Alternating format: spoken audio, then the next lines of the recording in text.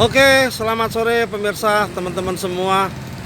Ketemu lagi dengan saya Eko Sasmito di program Pak Eko Jalan-Jalan ya. Kali ini saya ingin membuat sebuah review ya.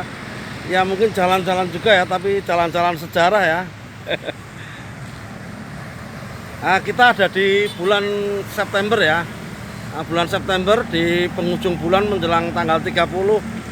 Tepatnya kalau hari ini tanggal 29 ya.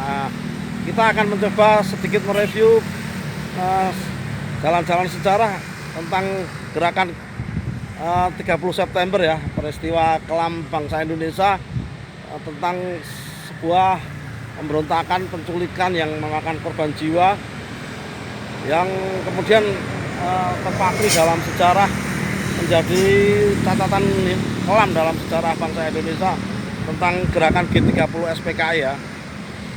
Mungkin seperti kita ketahui bersama, gerakan tersebut diotai oleh DN Aidit selaku Ketua Politbiro PKI ya, dan peristiwa penculikan jenderal, para perwira TNI, para perwira tinggi lah waktu itu ya,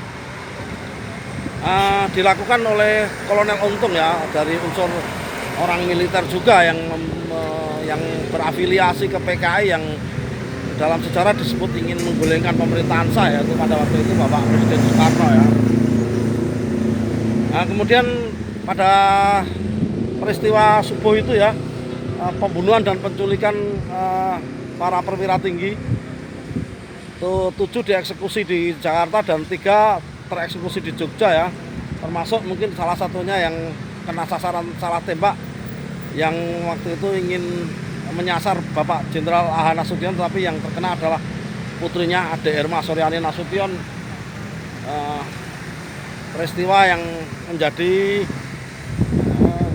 kelam, peristiwa yang dikenang sebagai salah satu sejarah kelam bangsa Indonesia, di mana pada waktu itu keadaan sepertinya, kalau saya baca di banyak referensi, memang memuncak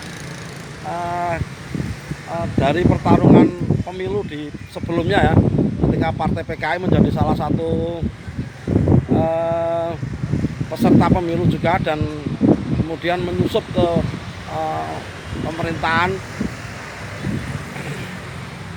dan di banyak tempat di mana-mana PKI juga menyusup masuk menjadi ke pemerintahan desa, kemudian ke tokoh-tokoh masyarakat, karena memang waktu itu PKI mungkin sebuah partai yang legal ya,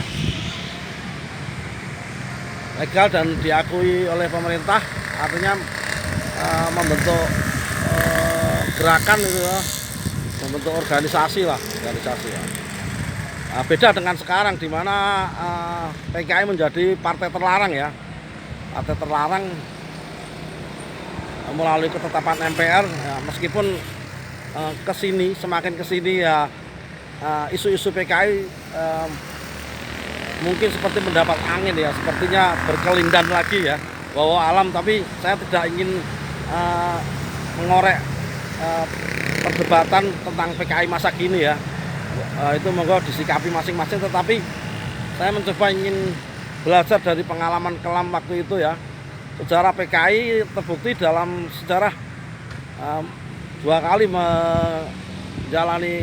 mengadakan pemberontakan ya. Yang pertama pada tahun 1948 yang berpusat di kota Madiun yang dikenal dengan Madiun Affair.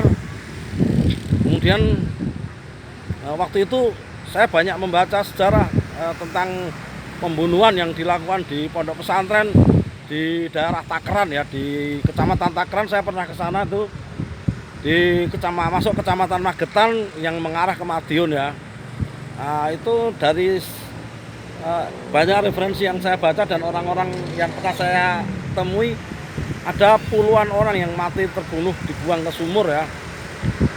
Kemudian Pondok Gontor seperti tertata dalam banyak sejarah diserang oleh PKI dengan slogan yang terkenal apa itu, langgar bubrah, apa itu saya agak lupa ya. Banyak dibaca di dunia maya, banyak itu. Semoga kedepannya kita tetap menjaga persatuan Indonesia, kemudian menjaga jangan sampai anasir PKI sebagai bahaya laten itu muncul kembali,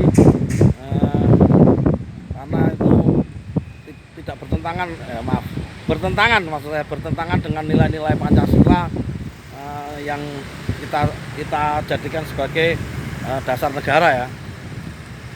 Peristiwa-peristiwa pemberontakan G30 PKI ada dalam benak masyarakat kita menjadi sebuah catatan besar ya, dan peristiwa-peristiwa sejenis dalam skala kecil mungkin ada di daerah kita masing-masing ya.